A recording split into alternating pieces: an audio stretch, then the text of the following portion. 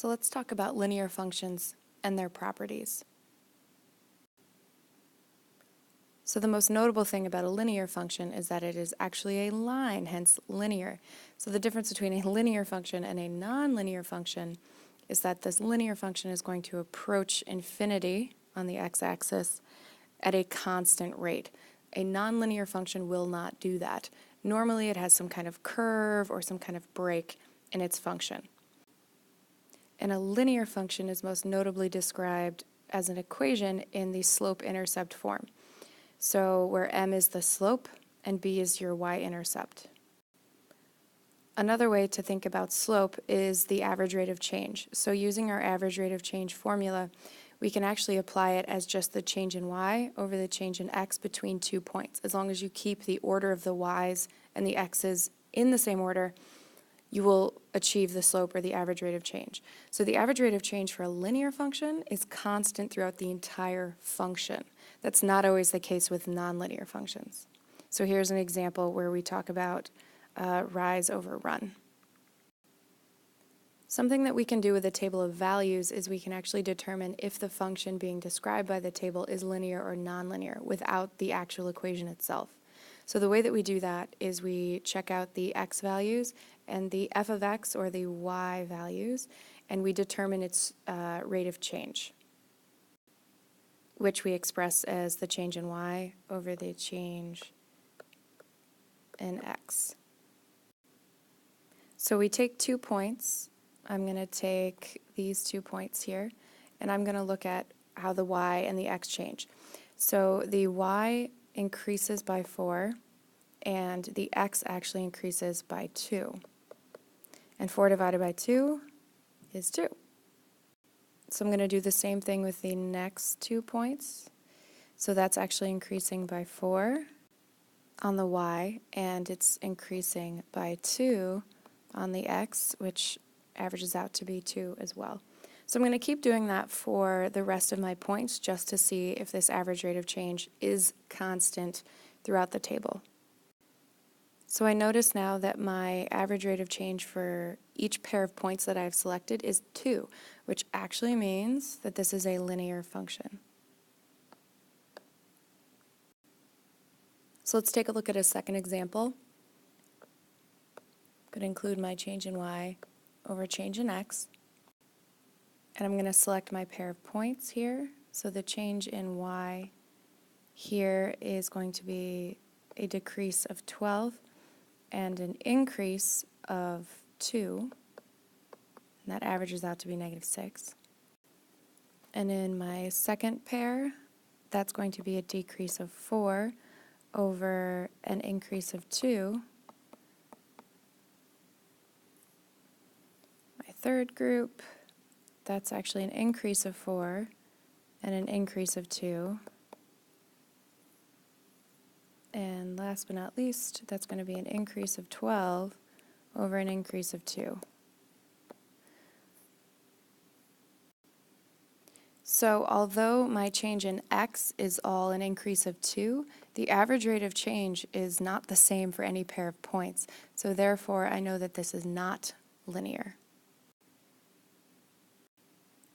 So a way that we can apply linear functions, or what we call modeling linear functions from a verbal description, which is just a fancy way to say word problem, is something that we call straight line depreciation.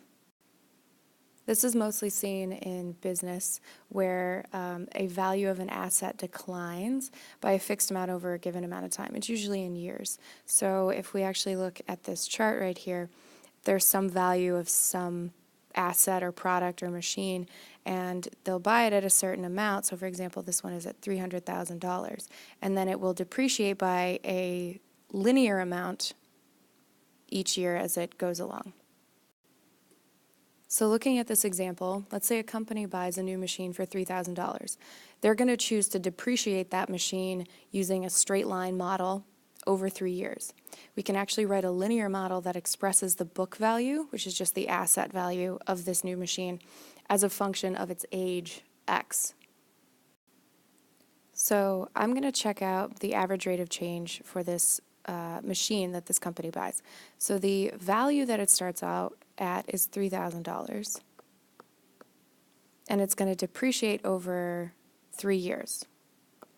Now, depreciation means to decrease in value, so it's actually not going to be positive, that's going to have to be negative. So this is going to act as our slope, and negative 3,000 divided by 3 is negative 1,000.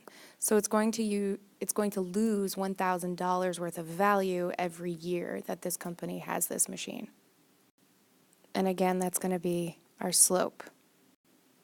So our y-intercept, or the value of the y, or actually in our case it's v, which is acting as y, at time 0. So that's our y-intercept, where x is 0, or its age is 0 years. So when they buy it, this thing is worth $3,000. So our y-intercept as part of our slope-intercept form is going to be 3,000. So if I write this as a function of v of time x, that's going to be negative 1,000x plus $3,000.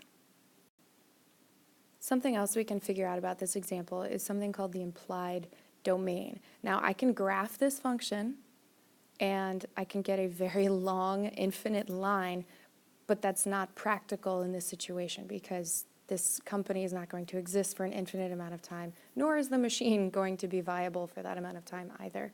So what that's talking about as far as implied domain is where is this actually going to be valuable or useful to us. So if I'm taking a look at my x-axis, that represents time. So I know that it's going to start at 0 because that's when we bought it, time 0, and it's going to depreciate over 3 years. So it's going to be worth nothing at the end of 3 years. So that means that my domain actually is only from 0 to 3. That's the only time that this machine means anything to us as far as the company is concerned. So our domain is only going to be valuable from time 0 to time 3, which is in years. Another thing that you can determine from the function or its graph is the value at a certain amount of time over that domain. So if we look at the book value, which is how much this is worth, over a certain amount of time, we can actually do that. So we know that this thing depreciates $1,000 per year. So if I actually look at 6 months, it's not going to be the $1,000, it's going to be half of that because 6 months is half of a year. So it's going to be worth $500 less than the starting cost. So that's $3,000 minus $500. That is going to be worth $2,500 after 6 months. After a year, I take off $1,000. That's going to be worth $2,000. And then after 2 years, it's only going to be worth $1,000. So you can do that over any amount of time. That's going to do it for this video. Thanks for watching.